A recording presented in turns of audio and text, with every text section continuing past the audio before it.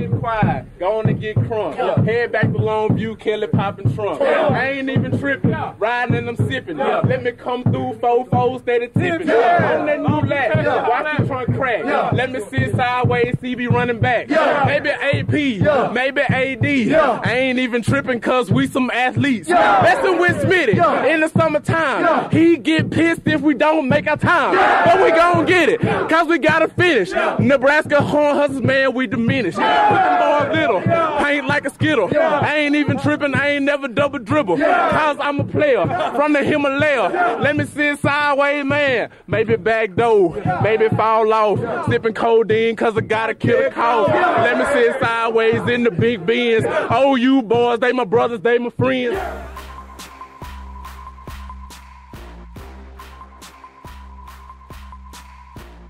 Welcome to an all-new Fullback U. I'm Brad Reed with JD Reynolds, the full-time host. I'm kind of part-time in it. Right? That's all good. Any time that we got, we are blessed to have you back, brother. Good to see you, man. Thank you. It's been a little bit. It has been. I've been watching all the pods. And, missing being here. Yeah, I'm sure you've been watching them in a good state of mind though, and traveling around the state. You know, how's that been going? It's been going great actually.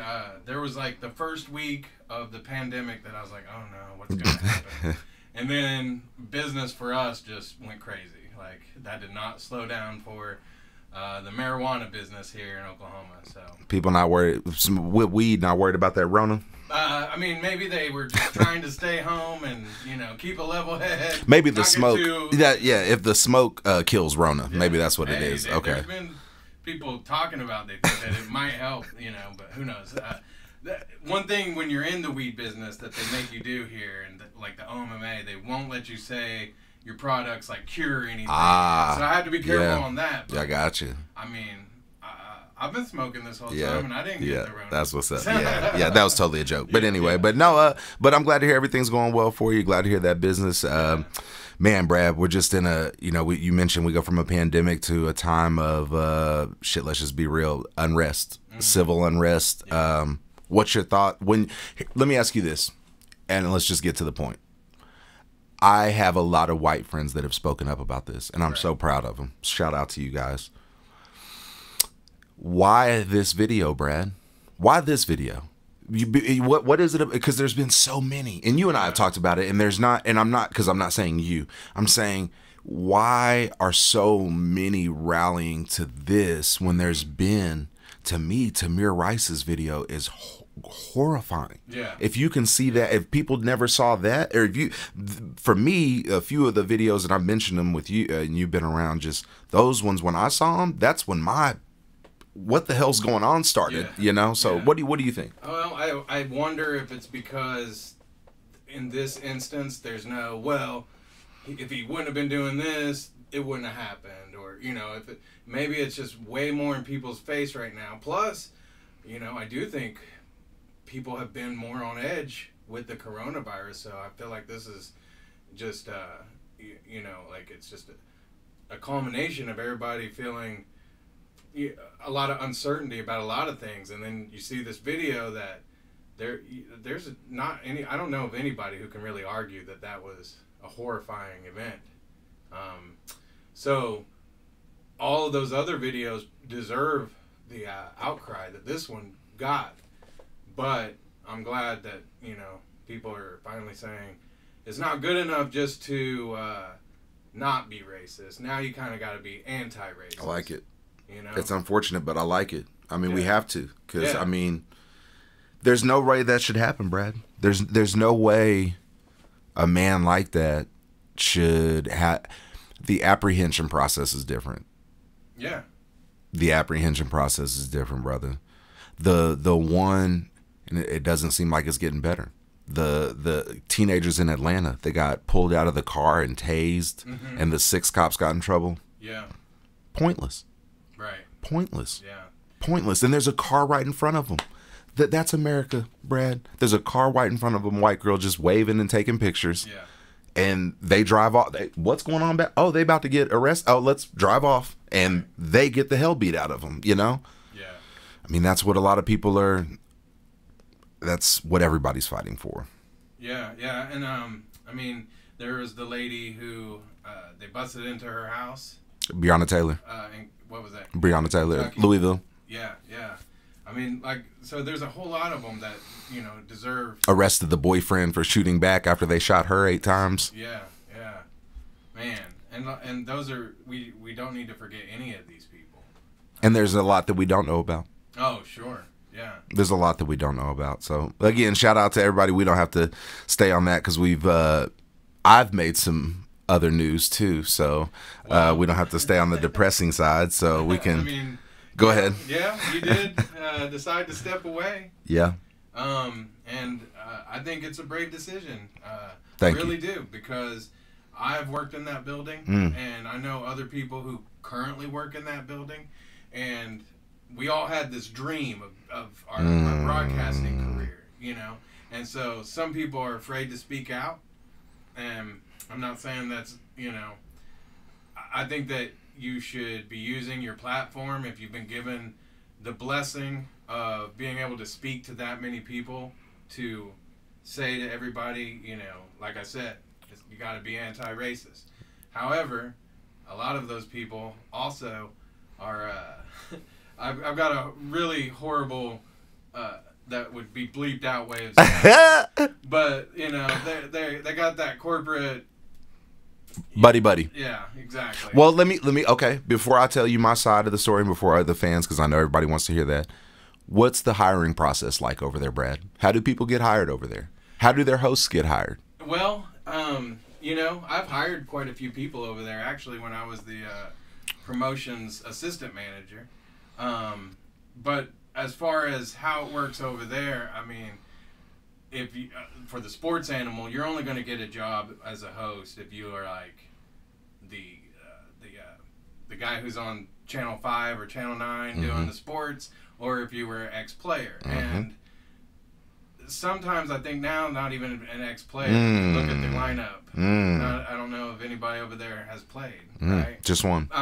You know, Trevor played baseball, football at OSU. But other than that, so a lot of those guys were there long before I ever worked there, and are still there. But let's just say Craig Humphreys, you know, he's on right now. He bought into that station a long time ago, right? He was one of the, I believe, owners, and then they ended up selling it. So I feel like he's got a lifetime show there, and I'll just say it because I'm on a podcast. Go ahead. I mean, Let him have it, Brad. He's not very good, and he's not in touch with a lot of people who you would think there's an audience out there for sports. You know, you got their basketball, the Thunder broadcasts. I like the guy. We're not saying he's a bad guy. No. We're not going to say any guys, any of these you can. I know him. But I mean, he's old. It's out. It's not the Masters. Yeah. I mean, but that's also the crowd that they're talking to. Yeah. And what people need But to they're leaving out go a ahead. whole big Oh, section of people, though, there you go. that would be listening. Brad, Definitely. what people need to understand about my decision is it has a lot of levels to it, and I know you see and feel every level of it. The first point, there is nobody black on that station. Right.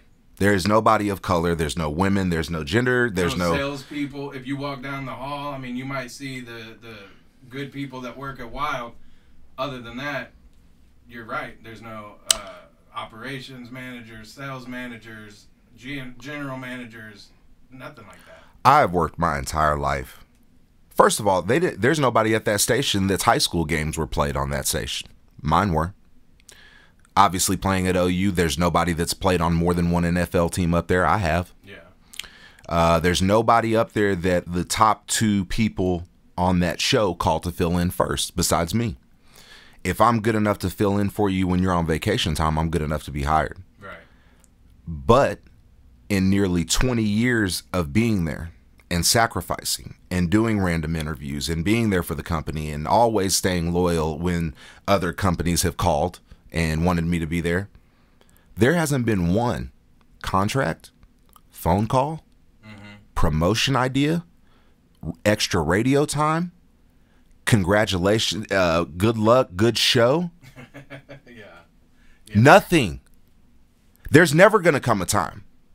Why? Because when in my gut, Brad, in my gut, there's nobody better than me, quote unquote, at that station. But I feel, and I've made feel, that I'm not as good. I have more connections than anybody. One of the fans would try to say, "Oh, you're just not as good. You at signing day, you just had somebody from some university. It didn't even fucker." I had Marcus Major's dad who signed at OU. I had Oklahoma State signee Trace Ford. I had a Nebraska signee Jamie Nance. I had an Arkansas signee Colin Clay. Nobody else on the radio had one person on. Right. I had 4. Yeah. Well, look at your podcasts. I mean, you've got better guests on there than I've heard on the radio. And don't try to act like you like things at one point. Yeah. And then when I try to make a statement, use those, because I know a bunch of high school coaches in Oklahoma, head coaches and defensive coordinators and offensive coordinators. Yeah. Because I know a bunch of college coaches. I know a bunch of people in the know. I have people on the Sports Animal that get scholarship offers, whether they be from my high school, random high schools around here, people that are, I ain't gonna just have news people. I have more connections than anybody on there. But what you said holds true, Brad. It's who you brush up against. It's who you go to golf tournaments with. Right. It's who your buddies think are entertaining. It's who people want to drink beer with. It's who people talk the same rhetoric with, Spinozzi. It's who people want to talk about snowflakes and shit like that with Mike Gundy. Yeah. It's who people want to, do this type of shit, and they put you on there. When you speak the same rhetoric that they speak, then they hire you. I woke up the only black guy on a white station, and I said, I cannot do this anymore. I cannot, knowing, Brad, and you've seen it, that there is black talent out there that's getting overlooked. Oh, sure. Oh, yeah. You've had him on this podcast. PJ Mills should have a show. Rufus. Yeah, Rufus. Definitely. Sam? I mean, Sam obviously has his show. There's plenty of, Curtis Lofton's trying to get in radio. Yeah, right. You know, Josh Norman. Why is he trying to get into radio? That should be hey, you got an open invitation. But unfortunately, Brad, people tried to tell me I wasn't qualified and good enough. Yeah. Yeah. You got to be kidding me. And again, what's your reasoning? You really don't think, you think those people from 6 a.m. to 8 p.m., the all-white cast that they have, everybody's better than me? No, not at all. Everybody that they bring on is better than me. Okay, that's fine. What it is they speak the same language, and that's okay. If you want a buddy ball, because here's the thing. And this is where I need people to understand it. If you're going to buddy ball with me, Brad, you struggle with me. Right. Those guys struggle for me. Yeah, sir, I appreciate Murdoch and all those guys and making the quote. Thank you for struggling for me. But they don't struggle with me. Yeah. They're not giving jobs out, doing those types of things, and struggling with me. They are, from afar, criticizing black people, making money off of them, and oh, by the way, our company's all white. Right, right. And they're scared of advertisers. So I hope people, I wanted to do this podcast because people may read my tweets and think that I'm mad. Mm-hmm. People need to understand that I'm fucking hurt. That nobody deserves to be on that damn station more than I do. Right. Ain't nobody had a successful career from Oklahoma, gave them as much time, gave them as much effort, gave them as anything near, has the relationships, has this. Not one phone call, Brad. Never. Never. 10th in line. Oh, we got to get such and such in there. We got to get such. Oh, well, you're better at fill in. Well, it's easier for us at fill in. Well, you're doing. No. Your best people want me on their time. Right. The egotistical guys that they are, I love them to death. They don't give everybody their radio time. They weren't giving these other guys that they just all of a sudden gave a job to and gave hours to. They weren't giving them fill-in time, but all of a sudden they get a spot. And then old JD, who's been just consistent and loyal and didn't leave and da-da-da-da-da. Oh, well, when it's time to hire, when it's time for vacation time, I'm the first one to call. When it's time to hire, there's no phone call. That's terrible. Yeah, it is. Because like you said, I was there when everybody left to go to the franchise. What was that like? I was one of them. It was dark times over there. We had a GM that acted like he was the head of the mob and would physically, threaten you. That's awesome. Made me work like 5 days a week, but would only pay me for 3, but told me that's what I had to do if I wanted to be in radio. I wasn't an intern. You know what I mean? Let them know, Brad. Let them know. Because it ain't just the hosts that suffer. Yeah. It ain't just the hosts. You've mentioned you have buddies that are in other fields and, Yeah, you know. yeah. I mean, yeah, there's a promotions director there that he was up next, for the main job, and they went and got a guy from outside, so, because usually that is how a lot of it comes, they promote from within a lot of times because people are already in there. In an ideal world, and people are going to say, well, what does JD want to come from this, right? Mm-hmm. What does he want? What is it? He wants money. I don't need money. Right. You know what I want, Brad? My ideal world, the fucking sports animal would wake up. Tomorrow somebody goes in their staff meeting and says, fuck it. We got to change shit up. Yeah. This shit is, everybody looks the same. Everybody sounds the same. I don't care what our ratings are.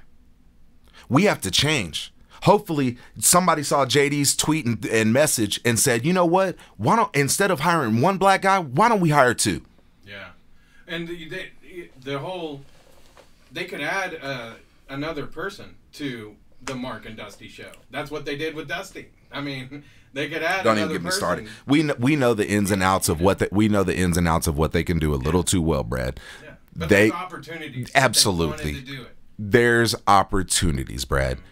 You know you know who the decision makers are. You know how the decisions are made, and then you know how it's played out more than anything. Mm-hmm.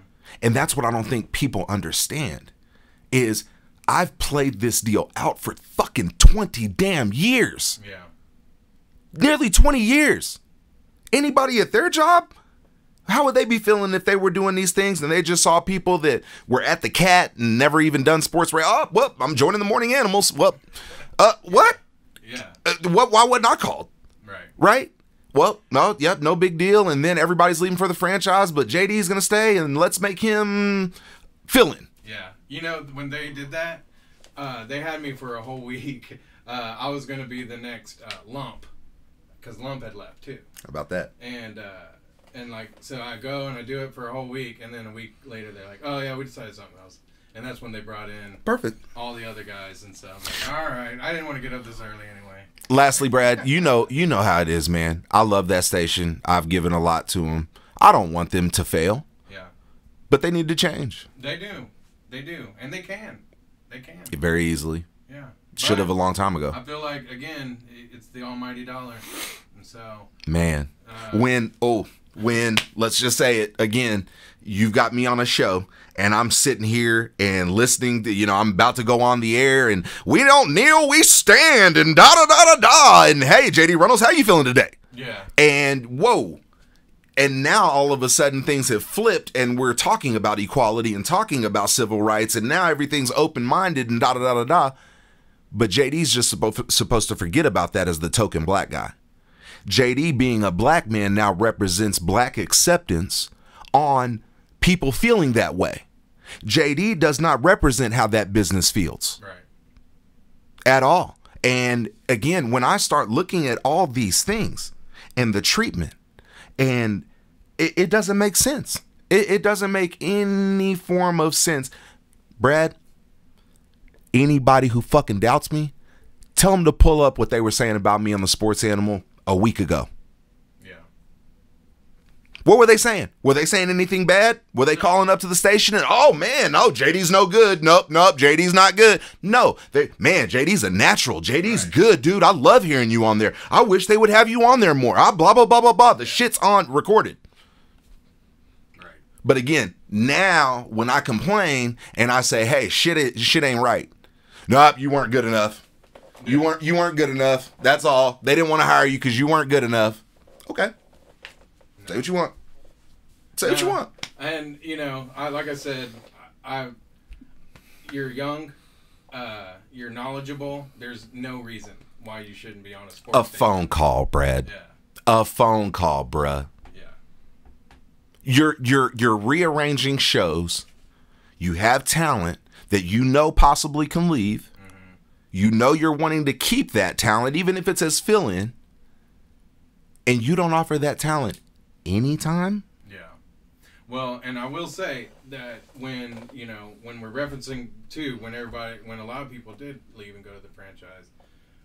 What's that loyalty get you for staying, Brad?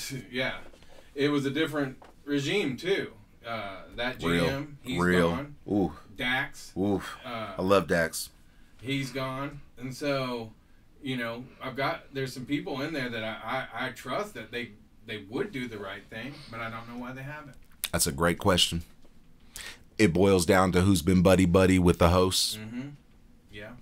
A lot of times, I mean, I could share personal experiences, but they're too hot. It's too hot. Yeah. Yeah. But what people need to know is that I was passed up numerous times for people who weren't even close to as qualified. Mm-hmm. And I don't even think, hey, JD, why didn't you go apply? Brad, tell them how it works. Well, do you go apply, or does somebody say, hey, man, such and such is good, and they just want to hire you and blah, blah, blah? Yeah. This guy who's doing promotions knows a lot about sports. Put him in there. Because he's cheap. Or even, again, when hosts are coming together to do their shows and shit like that, they're putting those things together a lot of the times. Yeah. You're bumping shoulders with that guy, and hey, come interview with me in this interview. And I'll tell you a story. How I interviewed was with Trey one day after a game. I never heard anything back. Right. But I also never heard anything negative, never heard anything going forward, never heard anything. He's had me fill in for his show numerous times. Right. People have called me, wanted to interview me at random times. I'm all good with that. Why do you want to hire other people over me? Yeah. Why? Because you've never given me an answer. Right. You're just wanting me to be this guy that what? You're not grooming me to replace you. Yeah. You're not gonna. The bottom line, I'm better than filling for somebody, waiting on people to retire to be passed up again. Right. And I mean, I don't want this to turn into two ex-radio guys where everybody's like, man, they're just bitter. But we're bitter for a reason. I mean, we worked hard at that shit. You worked hard at that shit, Brad. They put a lot on you. One of the reasons that I knew you from the beginning, and we didn't talk to you, like I didn't know you then, but I saw you in the building, and I was up there for 15 years, there was a lot of stuff that happened on the Cat where it was, I was never gonna, and these guys are all, the Cat has turned into a classic rock station now, and all their guys are 60 years old, so it's just one of those things where they don't give opportunities to very many people, and then when you see somebody that isn't as good as you get a job ahead of you, it pisses you off. And that's why I left and walked away from radio and was like, I'm just not going to do it anymore. Same here. So we walking together. Yeah. This is one of the biggest businesses in the state. Yeah. And people can dismiss podcasts all they want, but we get to say whatever we want. We get to do whatever we want. We don't have any managers telling us, oh, you can't do that. Or advertisers, which we would like advertisers. Hey, come on, come through. But we're still going to say whatever we want, so you better be, behind our message. Ready to go. Yeah, no doubt. People know us, Brad. If anything, people know the difference between radio and pods. Mm-hmm. People want uncensored stuff. Mm-hmm. People want to hear the raw truth. People want hardworking people. They want things to work out for people that work hard like they do. Yeah. When people are oppressed, when people aren't treated right, when people aren't hired right, this organization is supposed to rep the state of Oklahoma. Mm-hmm. You don't do that 6 a.m. to 8 p.m. with all white guys. Right. You don't. You don't reach every kid that way. You don't reach women that way. You don't reach. Why don't they have women on there?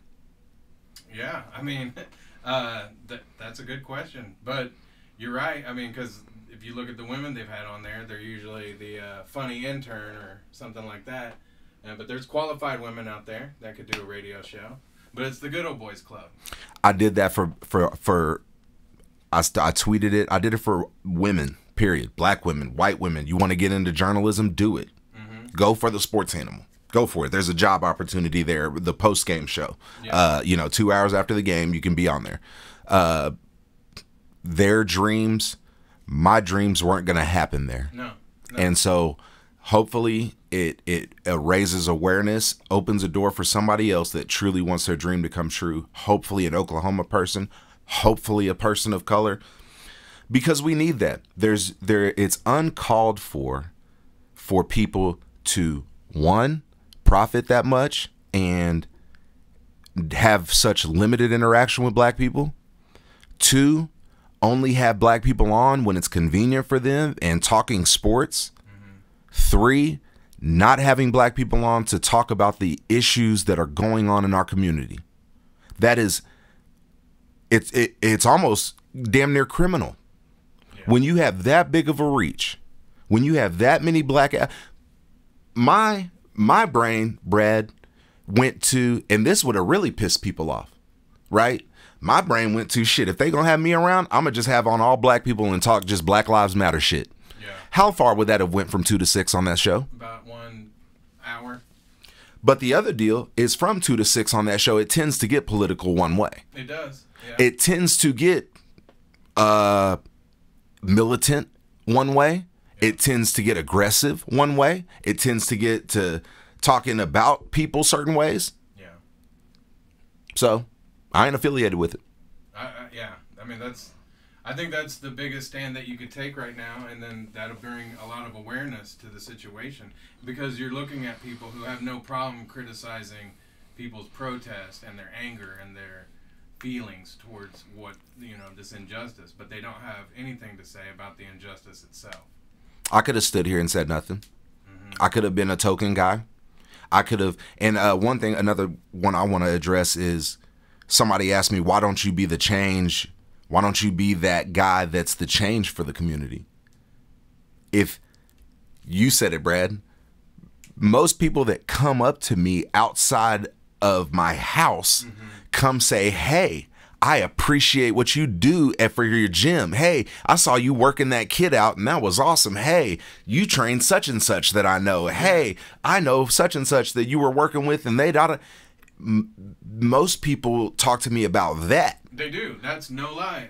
Because that's what I tweeted was, every time we go to schools, we go to community centers, all these places, pawn shop, and people come up to you more times than not to tell you, thank you for what you're doing in the community. What do those hosts do in the community? The ones we're talking about, man, they probably haven't done anything but stay at home and watch the television. What do those hosts get told about themselves? Because I get told I'm good on the sports animal too, but that's all they are. Yeah. Sure, they may throw a little bit of money at these foundations. I'm not trying to make them bad. I personally know that a few of them that they've given to. Sure. It's not enough. Right. Going without tweeting about this situation with having that large of a following should be criminal.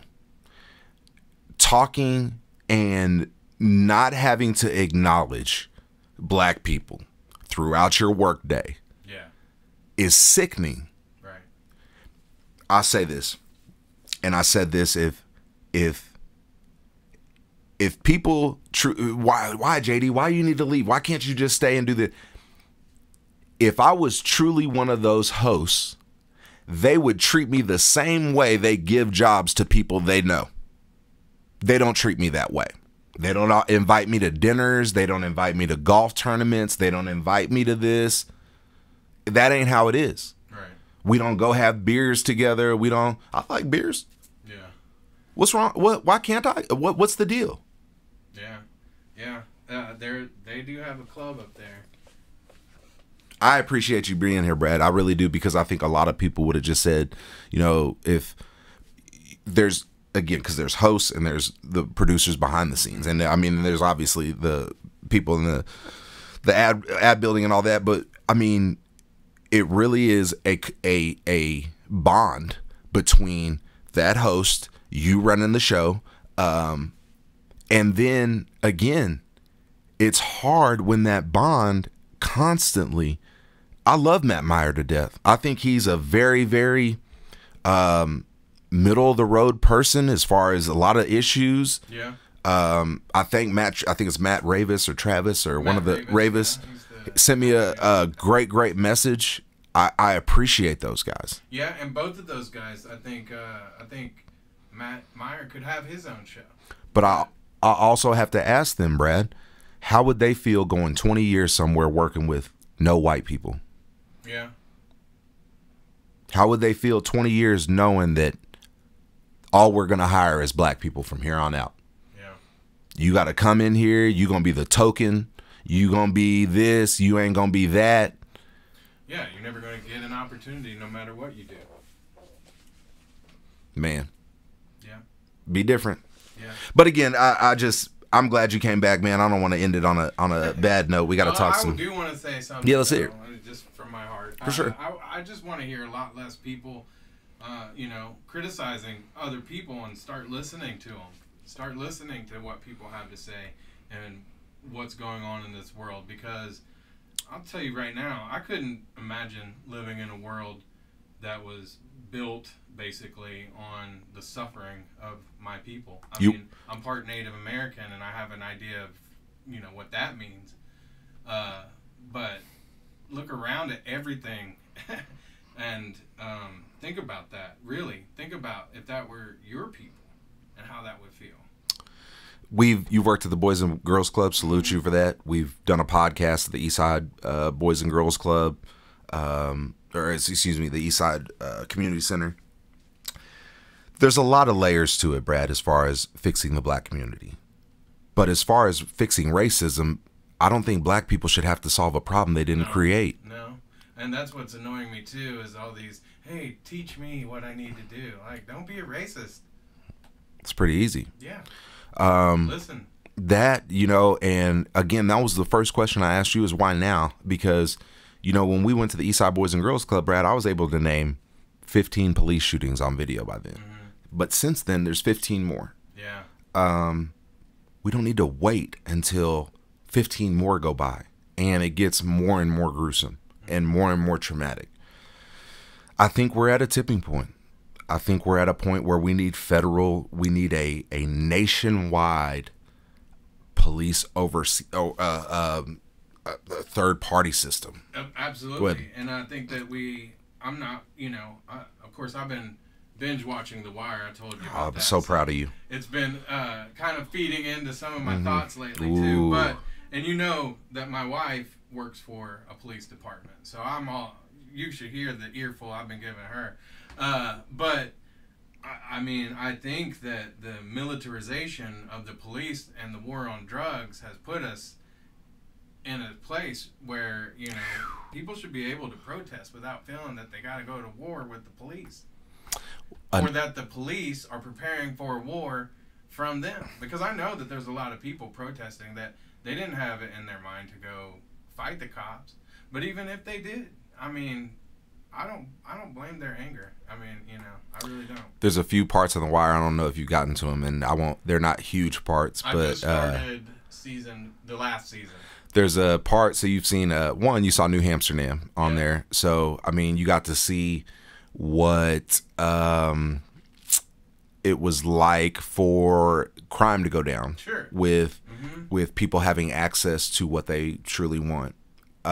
You also saw on there, the other great thing about The Wire is some of the actors, the background people are actually like police chiefs or detectives or gang member. The pastor was actually a big kingpin back in the day. And so, Snoop. Yeah, Snoop's actually from the hood and things like that. You'll have to watch the behind the scenes. The guy who, I think is David Simon or... he's a journalist in the Wire. You'll see him as a journalist in one of them. He did Treme. And in Treme, some of the music, he featured some of the real musicians from the area of New Orleans, like Kermit Ruffins and stuff. And I always think that's cool that he did that. I think he's done some other shows too. So, but yeah, actual people from that they're not having to act too much because they lived it.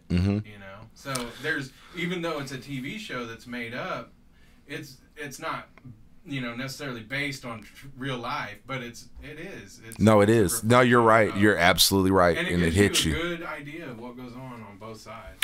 It's a great show. So the few things that the few ones that I was thinking of were possession of heroin on those, and One's an older guy who's on a bike on his way to work, and Carcetti's trying to clean up the city, and they arrest the guy. He sells a little $20 bag, and they arrest him. And the guy's like, man, this ain't right. This ain't right. And, you know, and the hard part in that movie is it's a hardworking guy who doesn't even sell drugs, and he just gets put in a bad situation. Yeah. And now he's in a felony, court cases, lawyer fees. He's set behind just for a simple drug possession. Can't vote, can't get a job. Right. There was another one on the wire where the kid had taken some pills or something, and the cops trying to arrest him, and the kid's like, I don't have any drugs. I'm high right now. Like, look in my eyes. Like, I'm high right now. Kids should never have access to drugs like that. When they're not legal, Brad, that's a whole nother talk, but the legalization of it keeps it out of kids' hands, or the goal of it is to keep it out of kids' hands like that, and people don't get that. Yeah, and you know, I'm sure, I'm not going to say that I'd be for the legalization of heroin or cocaine, you know, but there's got to be a different way than the war, because it wasn't, you know, a war on drugs, it was a war on the people selling the drugs. So the one from what I've seen, most of the studies that I've seen in the countries that they do them is it's almost like a Walgreens, and so you have to go prove to them that you're trying to get off drugs before they give you drugs. Right. So, I mean, again, we go to Walgreens right now. It's a lot safer than going to the hood to get drugs. I promise you that. You know what I mean? Well, it's got to be, so, like I said, it would be man-made. It would be like, it wouldn't be the same drug as well. It's drugs to get them off drugs. And then again, you're right. If you go to prison, what happens? You get more addicted to drugs. You come out a hardened criminal. You're in there with guys that are plotting and planning not good things most of the time. Right. There's got to be, while we're on it, Brad, there's got to be a systematic change to help us create black wealth. Yeah. There's got to be. Yeah. More than sports. I think all the universities should offer black students free tuition. Because, I mean, let's face it, a lot of these universities were built on slavery. I mean, listen, I'm with you, but I would love to see that. Just from a black standpoint, there's things that we have to do. We have to get our kids ready for that opportunity. We have to make sure that the education system is building them for that. They can't come to college and expect us to just, come in behind and expect to catch up. Yeah. You can't do that. There's a lot of issues, Brad, but a lot of them boil down to, like you said, it has to be listening. Lastly, the thing about The Wire that I thought was so interesting was the majority of issues in that community came from outside the community. Think about it. The laws, the drugs, right? Yeah. I mean, you change those two things and the guns, they weren't making those guns. Right. Everything that came in those hoods in Baltimore were not produced in those hoods. Right. Yeah, it's coming from New York. Bingo. Yeah, and where was that coming from? Tell me, and again, on The Wire, I love that show. Yeah, I'm going to watch it again. Good, yeah. I feel like there's stuff I missed. There's no jobs in those neighborhoods. Yeah, well, exactly. The kids, the little kids. And then some of the parents are even forcing those kids into it because that's the only way they're going to make any money. And people think that's a joke. No, it's not a joke. Right. You know, in certain neighborhoods, when it's dog eat dog, when you haven't eaten that long, or when you're used to, when in Naaman's case, his mother was used to a lifestyle that only drugs could provide. Why? Because generational wealth hasn't hit us to where, hey, she's not saying, hey, son, you need to go be an injustice lawyer. Hey, you need to go be an agent because black people are needing agents. Hey, you need to go be this or this. It's not creating things off of our mind. It's creating. Hey, we need food on the table now. Right now. Today. Right now. I love that you're watching The Wire, dude. We're gonna have to once you watch it and see the behind the scenes too, like people that we're gonna play this part or we're gonna play that part or oh my gosh. So I can't wait. I've been binge watching. Oh yeah, it's when I'm good. Not at work, I just watch The Wire for a couple hours. Who'd you say? You got to give the people who's your 3 favorite characters. Oh man, Omar. Okay, that's easy. And I love, like, he's been in lots of stuff that I've always loved him. Man, okay, so the kids, every single kid reminds me of a kid I've worked with. Oh yeah. Naaman. The kids get you. That's the greatest part of The Wire. Yeah. Is the kids bring you in and they get you attached and you can't let go. Yeah. So, and like I say, they all remind me different ways. Mm-hmm. You know, Dookie. There's I'm trying to figure out. I'm like, I know that kid. Like, you know, Dookie eating pork grease. Yeah. Turkey grease. That's what it was. And then I like Bodie. He's hilarious. He's hilarious. Yeah. So. Bodie's a good one. And the cops. I like the cops too. Oh man. Bunk McNulty. Mm-hmm. Who's the one? Bunk. I mean, he's in Treme too. I love him. And what's the guy's name? It's not Lester Freeman. Is he the one that was like he'd always be working on something else? Yep, Lester. I love him. Yeah, he was he's in awesome. Treme. He was great. I'm gonna have to check that out. So, I'm gonna have to check that out. Treme's a great show. See this? I miss you, Brad. We're gonna have to catch up on like some a TV pod, a food pod, bro. Yeah. We gotta hit up some Greek food or something. We supposed to open up the most. Yes, that's what I'm talking about. You lit up now. I'm over here on these dang pain meds. I'll talk to y'all about that. I had a little removable deal. It's a little TMI, but bro, I'm getting old, but I'm feeling great, like too great almost. Yeah. Like, but nah, I'm good. So. Right on. But man, appreciate you, Brad Reed, and you know, again, man, the pod couldn't do anything without you, man. We've just been trying to keep it going and trying to keep everything safe. How's your family doing? Let everybody know how your family's doing really good, really good. We're all good. We just took a little trip, got out of town for a couple days, so we all needed that. And then bless us with some MMJ talk. MMJ. Just talking about the edible stuff that y'all were gonna do. Oh, sure. So yeah, we just got a kitchen. It's a huge, not a huge, but it's a pretty good sized facility that we're going to be doing our processing, and we're going to be doing we're trying to come up with some edibles and stuff that you don't normally come across, you know, like the standard brownies or gummies. We're going to come up with some cool stuff. My grandma has a bunch of recipes. Nice. Yes. So, yes. We'll have that up and running soon, and of course, pot kind of cannabis. We're in a bunch of stores all over the state, so yeah. Well, if you sneak grandma's recipes, just don't sneak her any brownies or anything without letting her know or anything. You know, you're gonna try. Hey, grandma, I'm gonna clear your arthritis, and she, what the hell you give me? Yeah, like it was funny because she used to have, my family used to have a bakery, I guess, like that, you know, back in the couple generations ago in Meeker or wherever. Yeah. And she was like, now you know you got to get up at like 2 a.m. to get the dough rising. And yeah. I was like, oh. Nah, we're paying people for that. That's right. That's right. Grandma knows what's up, man. She said, get up 2 a.m. Yeah. That's real. Yeah.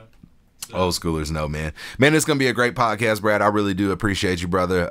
Like I said, that insight just on some of the things, I think just there's things people need to hear. Man, there's producers out there that haven't been treated fairly like yourself. There's or hosts, whatever you want to call me, that, you know, have been given a raw deal. And well, I'm in a better place now. I can honestly say that. So I'm affiliated with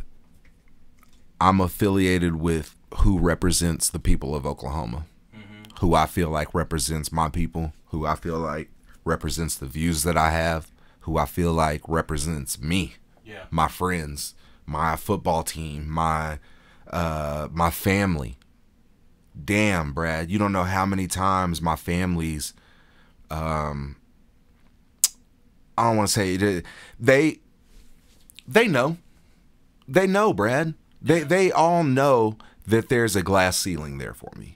Sure. You know, and they don't want to see me treated like that. You know, they want to see their brother. They've seen their brother excel in everything, and you know, for somebody to tell their brother no, they don't like that. You know, and it is what it is, though. Yeah. Well, like I say, I feel like now we got the podcast. You got the direct to the listener access. It's on. Without anybody else trying to tell you what you can't do. That's right. And if they don't like it, see me in Fortnite. Yeah. See me. 7 kills on you, fam. Nice. Like you don't want none. Dab on you. Get in there. Yeah. Oh, bro. You'll be hooked. You'll be hooked. I love it. Not to. I'm a beast with the gold rocket launcher. Beast. If I get 5 rockets in the gold, so you got to work your way up. Gold's the best if it like you can upgrade your guns, so it takes away way more. You give me the gold, bro. Shoot one each way. You can't run from it. You're done. Nice. So it's awesome. So this will be another great episode of Fullback U.